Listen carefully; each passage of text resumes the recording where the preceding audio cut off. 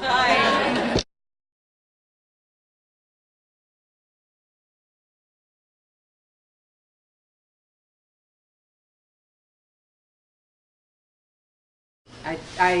I do readings. I do readings from other kind of work, and so it's not as much performing as readings. But it's a different kind of writing where it's not mediated through a character. It's mediated through myself as a character, my own personal story.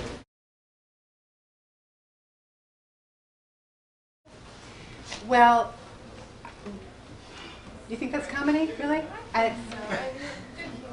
Yeah, humor. Yeah, I guess, well, I've written some very dramatic works also. But that's my default mode, I have to say. I grew up around that kind of orientation, is using humor.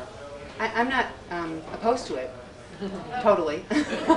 But, you know, I want to give good press to the other end of the spectrum also. So it's easier for me, I think, to do humor.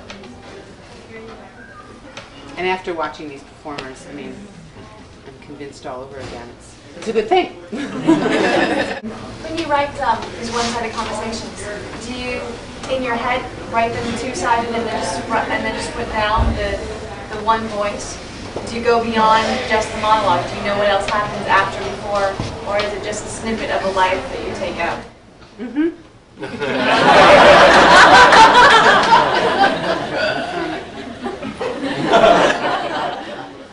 Well, actually, you know, I like windows. So, no, it's really up to the actors to figure that out.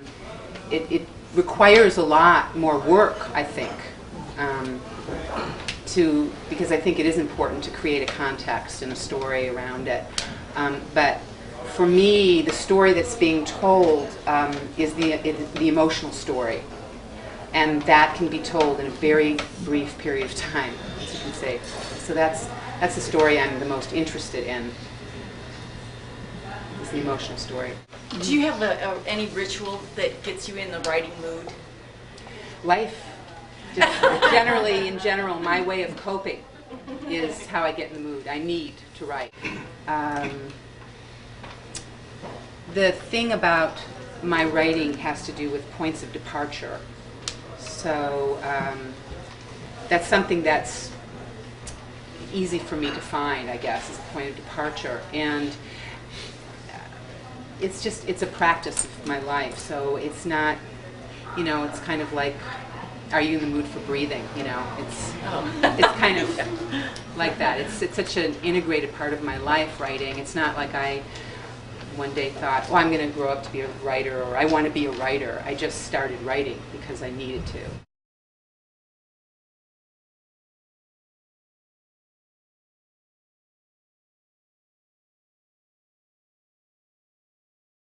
She wanted something that nobody else would do in an audition. And so what do? You hire somebody to write you a piece. She convinced me to do it, basically. I hadn't done anything like that, and this was several years ago.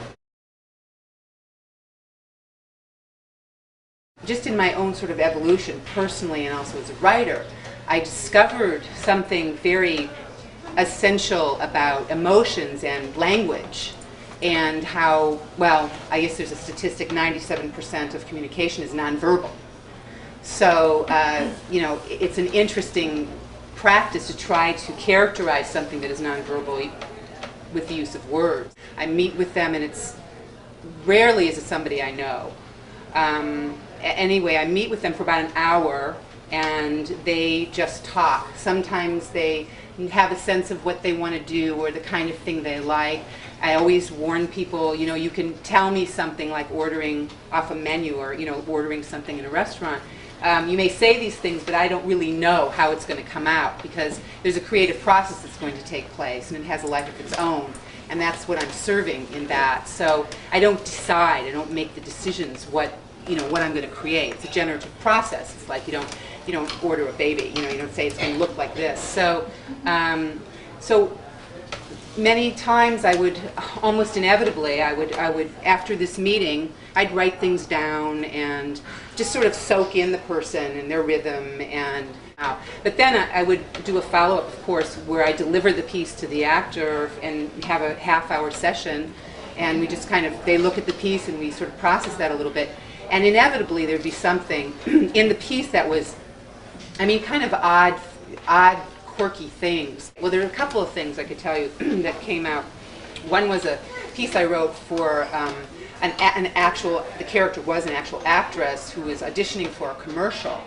And it was a perfume commercial, and basically she insults everybody, you know, the camera people that are filming her for the audition, and the perfume sponsor, and because she's choking on the stuff, and you know, there's like a guy laying down, supposedly, you know, saturated with it. She's trying to do the audition, she's choking and coughing, and you know, in the end she says, you know, can you get him to, like, you know, take this stuff off, it's horrible. And anyway, I find out from the actress that her husband wears a cologne that she doesn't like, and she just hasn't had the guts to tell him. And she's the character's very assertive in this piece, so I think that was helpful for her to have a piece with that. And then another piece that really was almost shocking was on a very rare occasion, I would say one time in all the commissions I had done, was for an actress who met with me, but then after I wrote the piece, she wanted me to come backstage to a show she was in and just hand off the piece to her, and I really didn't want to do it that way, but you know, she had a lot of pressure, and so anyway, I handed the piece off to her, so we didn't sit and look at it or anything together. And then I got a message on my machine like the next day, and she basically said, I can't do this piece. I feel like you read my diary. And she had asked me to write a piece about the death of a parent.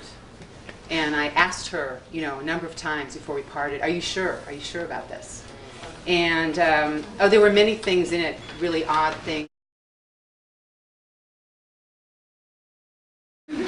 She's talking, and you find out she's standing in at a graveside, and then you find out she's actually talking to her father, and this is the first time she'd been to the graveside since he died, and she said something about thanked him for these bracelets, but that every time she puts them on, she breaks out into a rash, and then sort of gets nervous and makes an excuse about she's got a puppy waiting in the car, and it's the day that she got her PhD confirmation, and anyway, I find out she's, in real life, this woman's allergic to a certain kind of metal, and her family was always bugging her to get a PhD, and in fact, she'd just gotten a new puppy.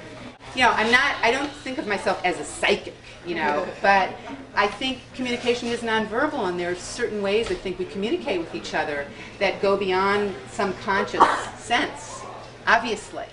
And I think that everybody does that all the time. I can use a scenario that's sometimes truer than true, or fictionalized, which most are, and that will frame that story, that emotional story. Because I think in these pieces it's very much about what the characters aren't saying. That's the most important thing.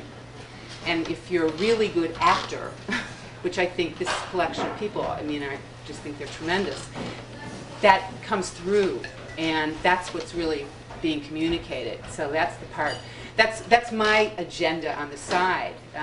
But what these are audition pieces, and they are for actors.